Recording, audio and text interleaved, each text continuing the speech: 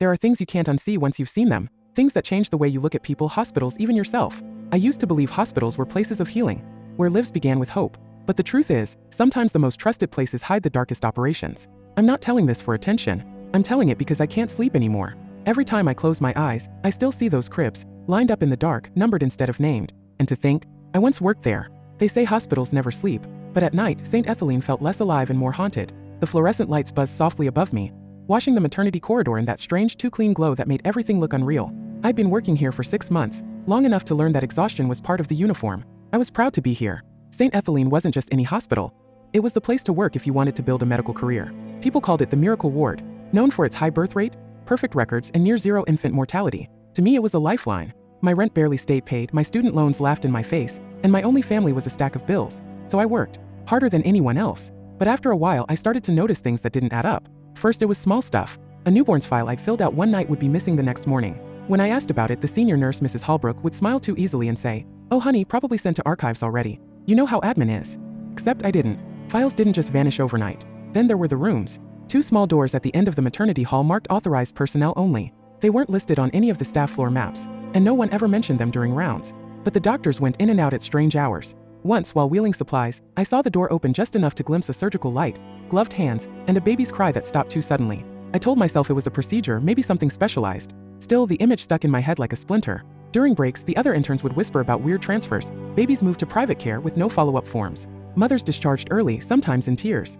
I'd ask what happened, but the answers were always vague. "It's just how things work here, Clara." I stopped asking. Curiosity could cost you a job in a place like this. But I couldn't shake the feeling that something was wrong. One night, about 2 in the morning, I stayed late to finish charting. The ward was quiet, too quiet. The hum of the incubators echoed down the hall, rhythmic, almost hypnotic. I was reviewing a file when I saw it. Baby L. Carter. The name had been crossed out in red ink, and the following pages were missing. The mother's discharge summary was gone too. When I tried to pull the record up on the system, it denied access.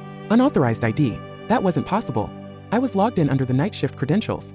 That's when I heard voices. At first, I thought it was just another nurse, but these voices were low, deliberate. I recognized one immediately. Dr. Haldane, one of the senior physicians. His tone was calm, but there was something sharp underneath it. I followed the sound down the hall, heart pounding, careful to keep my steps light. It led me to one of those restricted doors. The light beneath it glowed faintly. I leaned in, pressing my ear to the cold metal. "The mother's asking for her child again," a man whispered. "Handle it," another replied, clipped, impatient. "And the client?" "The client wants a boy this time." I froze. My stomach dropped. A client? My first thought was that they meant a medical donor, some adoption paperwork maybe. But no, that wasn't the tone. There was money in that voice. Demand. Ownership. Before I could process it, footsteps moved closer. I backed away fast, ducking into the supply closet across the hall and pulling the door almost shut. My heart pounded so hard I could hear it in my ears. The restricted door opened. Through the thin crack, I saw Dr. Haldane step out, clipboard in hand. Another doctor followed, peeling off bloody gloves. They didn't speak as they passed, just walked down the corridor like nothing had happened. When the sound of their shoes faded, I let out the breath I'd been holding. My hands were trembling. Maybe I was overreacting. Maybe it was a procedure or I'd misheard them completely. But the words echoed in my mind, over and over until I could barely think. "The client wants a boy this time." I turned toward the nursery window. The tiny bassinets were lined up neatly, each baby wrapped in soft pastel blankets, sleeping peacefully. So small, so defenseless. A chill ran through me that had nothing to do with the hospital's air conditioning. That was the moment something shifted. I didn't know what I just overheard, but I knew it wasn't right. And no matter how much I wanted to pretend it was just stress or exhaustion, I couldn't unhear those words. That night, I stopped feeling safe at St. Ethelene, and I started realizing that sometimes, the brightest places hide the darkest secrets. The more I tried to ignore what I'd overheard that night, the louder it echoed in my mind. "The client wants a boy this time." I told myself it was nothing, that I was exhausted, but every shift after that felt heavier, like the hospital itself was watching me. Days blurred into nights. The newborn files kept disappearing, the restricted rooms stayed locked, and the doctors who used to greet me with polite smiles now looked through me. Something had changed, or maybe I had. One evening, while updating charts at the nurse's station, I noticed something strange. 2 mothers who had given birth that week were listed as discharged. Their babies, however, weren't assigned to any nursery or family care unit. When I checked the physical files, both were stamped transferred to private care. No date, no signature. Transfers like that didn't exist in hospital policy. I logged into the system, heart racing. The names were there, but when I opened the files, the pages were blank. Just digital white space. Someone had wiped them clean. That's when I heard a voice behind me. "You shouldn't be looking at those." I turned. It was Ava, another nurse from my shift, one of the few I actually trusted. She looked pale, glancing over her shoulder like someone might be listening. "Ava, have you noticed the missing babies?" I whispered. "Clara." She shook her head quickly. "Don't do this. Don't start digging. What are you talking about? There's something happening here." "I'm serious," she cut in. "You don't want to end up like the last nurse." Her words hit me like ice water. What last nurse? Her name was Lillian. She worked nights just like you. Started asking too many questions about the maternity records. Ava's voice trembled. They said she quit, but her apartment's been empty for months. I stared at her, speechless. Clara, she said quietly, some things here are bigger than us. Please stop. But I couldn't. That night, I waited until the end of my shift. Around 1:30 a.m., I saw Dr. Haldane walking quickly down the corridor, clipboard in hand. He wasn't on duty, at least not officially. He stopped by one of the restricted doors, keyed in a code and disappeared inside. Something in me snapped. I couldn't walk away anymore. I waited 5 minutes, then followed. The hallway was empty, silent except for the faint hum of the overhead lights. The restricted door was still slightly ajar. I slipped inside. The room was smaller than I expected. Half storage, half surgery. Metal tables, sealed containers, medical files locked in drawers. But the most chilling thing was the open doorway at the back, leading to a narrow staircase descending underground. From below I heard movement. I crept down, gripping the railing to steady my shaking hands. The air grew colder with every step. When I reached the bottom, I found myself in a dimly lit tunnel lined with pipes and flickering lights. Up ahead, 2 men in scrubs were pushing rolling cribs. Not hospital beds, cribs, covered with white sheets. My throat went dry. They stopped at a heavy steel door. One of them swiped a badge and the door clicked open. A faint draft of warm air flowed out, and beyond it I saw what looked like a loading bay. A black van waited, engine humming softly. One of the men lifted the sheet from a crib just slightly. I caught a glimpse of a tiny arm, a baby. The child didn't cry, it was sedated. I bit my lip hard enough to taste blood, forcing myself not to make a sound. A man stepped out of the shadows near the van, not a doctor this time. He wore a dark coat, gold cufflinks glinting under the weak light. He handed a folder to the doctor and received a small bundle in return. I couldn't believe what I was seeing. Make sure the documents say adoption transfer, one of the men said. Don't worry, the man in the coat replied, his voice smooth and detached. Our clients pay for discretion. My stomach turned. They weren't saving babies. They were selling them. Overseas, maybe to families who could afford to buy what others were denied. Every international adoption I'd seen advertised in our system was a transaction, a business. I pressed my back against the cold wall, shaking. I had to get out, to tell someone, but if they caught me down here I wouldn't just lose my job. I'd vanish just like Lillian. As the van doors shut, the faint sound of the latch echoed through the tunnel like a gavel striking final judgment. I backed up the stairs as quietly as I could, my breath coming fast and shallow. By the time I reached the ward again, my scrubs were damp with sweat. The hallway looked exactly as it always did, sterile, calm, indifferent. A newborn monitor beeped softly in the distance. I wanted to scream. I leaned against the wall, my hands trembling. Everything I believed about this place, about what it meant to help people, was gone. The hospital wasn't a sanctuary. It was a marketplace. And I had just seen its darkest corner. After that night, nothing about St. Ethelene felt the same. Every corridor seemed colder. Every doctor's smile looked rehearsed. I walked through the halls like a ghost, pretending to belong in a place that now felt poisoned. I couldn't sleep. Every time I closed my eyes I saw that van, the way the man in the dark coat held the baby like a briefcase, the quiet click of the door shutting. I told myself I'd report it, but who would believe me? Who would even listen? Still, I started collecting proof. I copied discharge lists, photographed transfer logs, and stored them on a hidden drive behind the staff coffee machine. Every night, I added a little more: falsified files, duplicate signatures, ghost patients that existed only on paper. It wasn't long before someone noticed. One morning, Dr. Haldane called me into his office. He sat behind his immaculate desk, sunlight spilling through half-closed blinds, slicing his face into pale stripes. You've been working late lately, he said evenly. Yes, sir. Just catching up on records. That's commendable. He smiled faintly. But sometimes curiosity can look a lot like disobedience. My stomach turned. He knew. I forced a calm tone. If you think I've done something wrong, Relax, Clara. He leaned back, folding his hands. We've been expecting this conversation. I frowned, confused. Expecting it? He gestured to the chair across from him. Sit down. The room felt suffocating as I obeyed. I could hear my pulse in my ears. You're a good nurse, he said softly. Smart, compassionate, idealistic. The kind of person we used to look for. Used to? I asked. You see, he continued almost wistfully, you were one of our first successes. I blinked. What? He smiled like a teacher explaining something to a child. You should be proud of where you came from, Clara. You wouldn't even be here if not for St. Ethelene. The room seemed to tilt. What are you talking about? The program started decades ago, he said. We gave new life to children the world didn't want. Infants born to women who couldn't keep them. We placed them in capable hands, gave them opportunities. You, my dear, are one of them. My chest went hollow. That's not true. Oh, it is. His voice was calm, almost tender. The baby farm, as some would call it, was meant to be humanitarian. But as demand grew, humanitarianism became business. I stared at him, speechless. You think you can expose this? He asked quietly. This hospital is older than you, wealthier than you can imagine, and protected by men who dine with ministers. You can't fight what built you. He stood, straightened his coat, and walked to the window.